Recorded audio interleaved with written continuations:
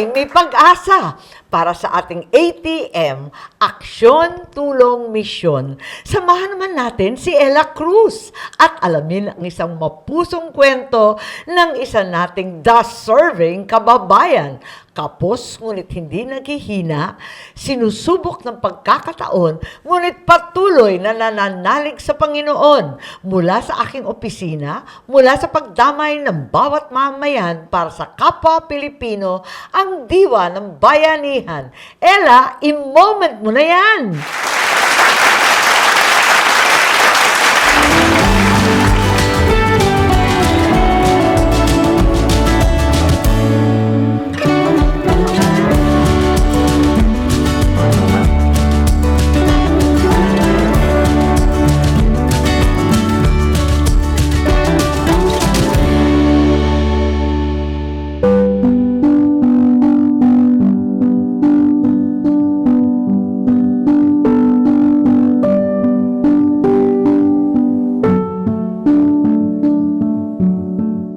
Ako po si Nazarene Cortizano, 16 years old. 17 years na po kaming nakatira sa lola ko kasi po wala na po yung parent ko. Iniwan po kami sa poder ng lola ko kaya dito po kami nag-stay. Ano nangyari? Bakit ka iniwan ng magulang mo? Hindi ko na po alam yung exact po na pangyayari. Pero alam ko po kasi dahil po wala pong pangtustos sa amin yung parent ko, kaya po iniwan kami sa side po ng lola ko. Anong experience mo? Anong pinagdadaanan mo nung paglaki mo? Siyempre, di ba sa school, yung mga kaklase mo, may mga magulang sila, kasama nila, di ba may mga family day.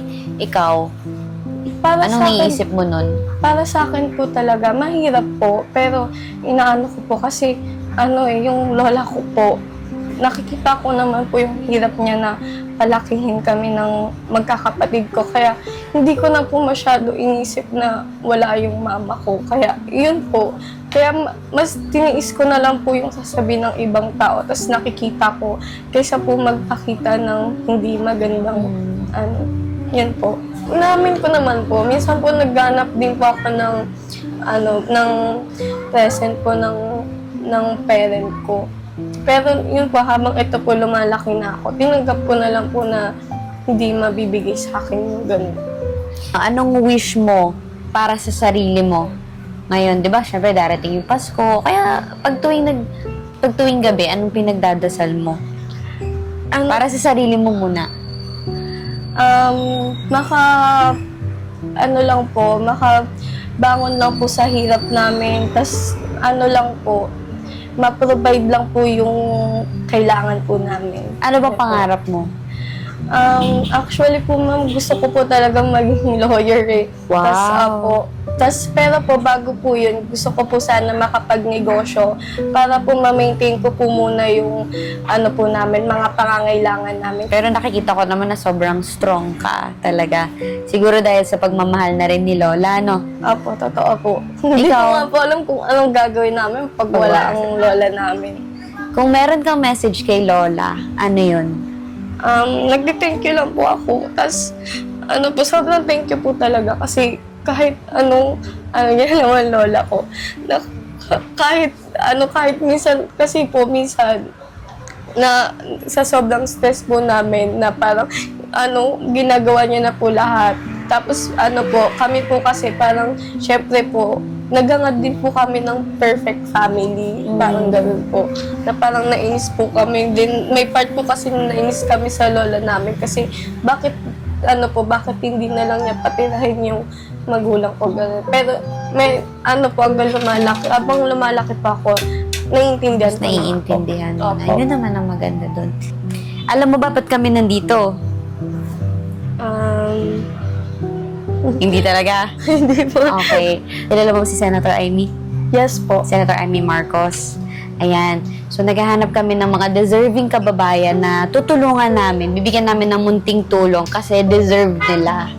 Siguro malakas prayers mo kay Lord. Opo, totoo. Talaga? Gabi-gabi? Opo. Ayan.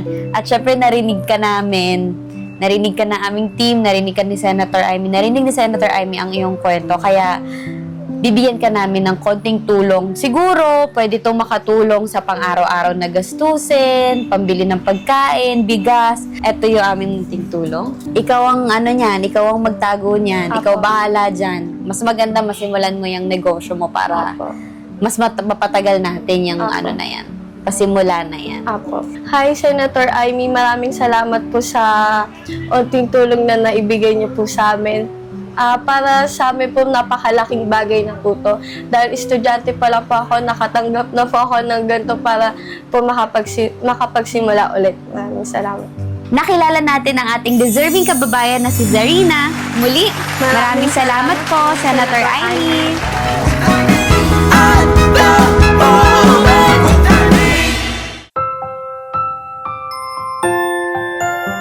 Ano man ang problema ay may solusyon. May talino, may diskarte at paninindigan. Tapang at habag, may puso. Ora mismo, Senador Amy Marcos, dahil tayo ang solusyon.